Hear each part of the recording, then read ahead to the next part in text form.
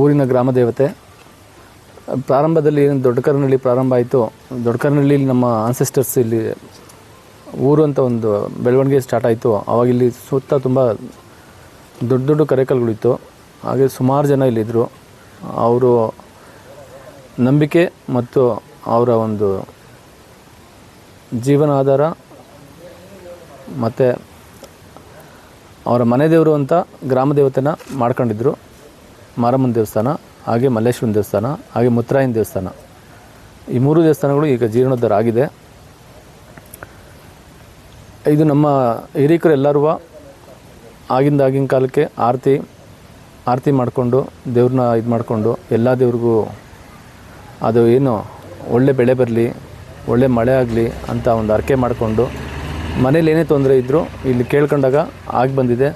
ಸುಮಾರು ಇತಿಹಾಸಗಳಿದ್ದಾವೆ. ಇಲ್ಲಿ ಮೊನ್ನೆ ತಾನೇ ಒಬ್ರು ಹೇಳ್ತಾಯಿದ್ರು, ಅವ್ರ ಮಗಳು ಯಾವುದೋ UPSC ಎಕ್ಸಾಮ್ ಏನೋ ಬರೀಬೇಕಾಗಿತ್ತು, ಡೆಂಗ್ಯೂ ಜ್ವರ ಬಂದಿತ್ತು. ಆ ಅಮ್ಮ ಪಾಪ 12 ಗಂಟೆ ರಾತ್ರಿ ಬಂದು ಇಲ್ಲಿ ಕೈ ಮುಕ್ಕೊಂಡು ಹೋಗಿದ್ದೆ. ನನ್ನ ಮಗಳು ಅಷ್ಟು ದುಡ್ಡಿಲ್ಲ ನನಗೆ ಬೇರೆ ಕಡೆ ಕರ್ಕೊಂಡೋಗಿ ತೋರ್ಸೋಕ್ಕೆ, ಎಕ್ಸಾಮ್ ಬೇರೆ ಐತೆ ಅಂತ.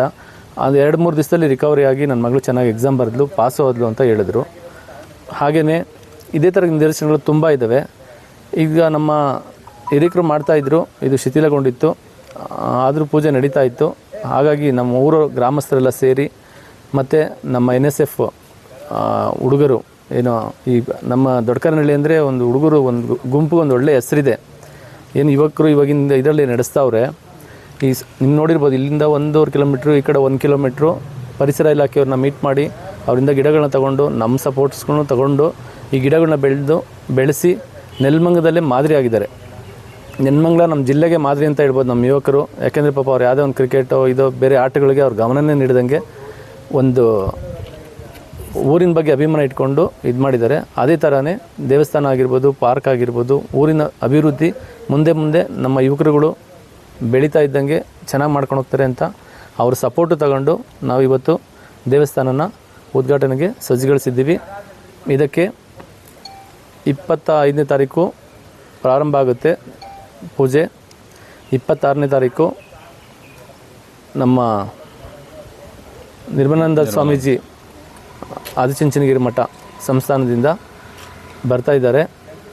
ಅವ್ರನ್ನ ವೀರಗಾಸೆಯ ದೊಡ್ಡಕೃತಿಯಿಂದ ಬರಮಾಡಿಕೊಂಡು ಇಲ್ಲಿ ಪ್ರಾರಂಭಿಕ ಪೂಜೆಗಳನ್ನ ಪ್ರಾರಂಭ ಮಾಡಿ ದೇವರ ಭಕ್ತಿಗೀತೆಗಳು, ಜನಪದ ಗೀತೆಗಳು, ಭರತನಾಟ್ಯ ಕಾರ್ಯಕ್ರಮ ಇರುತ್ತೆ. ಹಾಗೆಯೇ ಹೋಮ ಹವನಗಳೆಲ್ಲ ಇರುತ್ತೆ. ಮಾರನೆಯ ದಿವಸ 27ನೇ ತಾರೀಕು ಬೆಳಗ್ಗೆ 5:30ರಿಂದ 6:30ವರೆಗೂ ಕಳಶ ಪ್ರತಿಷ್ಠಾಪನೆ ಮಾಡ್ತಾರೆ.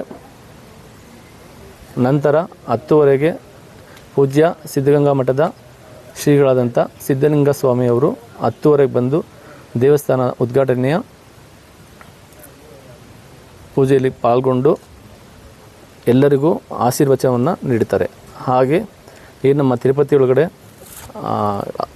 ಗಾಯತ್ರಿ ಮಂತ್ರ ಇದೆಲ್ಲ ಇದು ಮಾಡ್ತಾರೆ. ಅದೇ ಥರ 25 ಜನ ಮಹಿಳೆಯರು ಸಮವಸ್ತ್ರದಲ್ಲಿ ಬಂದು ದೇವರ ಭಕ್ತಿಗಳನ್ನ ಕೀರ್ತನೆಗಳನ್ನ ಹೇಳ್ತಾ ದೇವಿಗೆ ಸೇವೆಯನ್ನು ಸಲ್ಲಿಸ್ತಾರೆ. ನಂತರ 11:00ವರೆಯಿಂದ ನಮ್ಮ ಏನು NSF ಯುವಕರಿದ್ದಾರೆ ಅವರು ತಂಡದವರೇ ಒಪ್ಕೊಂಡಿದ್ದಾರೆ. ಅವರೇ ಕಷ್ಟಪಟ್ಟು ₹1 ಕೂಡಿಕಿ ಅದ್ರಿಗೆ ಹಾಕಿ ಊಟದೆಲ್ಲ ಒಪ್ಕೊಂಡಿದ್ದಾರೆ. ಅದನ್ನು ಭೋಜನ ಅನ್ನಪ್ರಸಾದ ವ್ಯವಸ್ಥೆಯನ್ನು ಮಾಡಿದ್ದಾರೆ. ಸುಮಾರು ಒಂದು 3,000 ಜನ, 3,000ರಿಂದ 4,000 ಜನವರೆಗೂ ಸೇರ್ಬೋದು. ಬೇರೆ ಗಣ್ಯರು ಯಾರು ಬರ್ತಾಯಿದ್ದಾರೆ ಸರ್? ಗಣ್ಯರು ನಮ್ಮ ಶಾಸಕರಾದಂಥ N. ಶ್ರೀನಿವಾಸ್ ಅವರು ಬರ್ತಾಯಿದ್ದಾರೆ, ಜನಪ್ರಿಯ ಶಾಸಕರು ನೆಲಮಂಗಲ ಅವ್ರು ಬರ್ತಾಯಿದ್ದಾರೆ. ಹಾಗೆಯೇ ನಮ್ಮ ಏನು ನೆಲಮಂಗಲ ತಾಲೂಕಿನ ಮುಖ್ಯ ಜನಪ್ರತಿನಿಧಿಗಳಿದ್ದಾರೆ ಅವ್ರು ಬರ್ತಾಯಿದ್ದಾರೆ, ಮತ್ತು ತಹಸೀಲ್ದಾರ್ ಅವ್ರು ಬರ್ತಾಯಿದ್ದಾರೆ, ಮತ್ತಿತರ ಗಣ್ಯರು ಬರ್ತಾಯಿದ್ದಾರೆ. ಎಷ್ಟು ಮೊತ್ತದ? ಸುಮಾರು 1 ಕೋಟಿ ಮೇಲೆ ಆಗಿದೆ.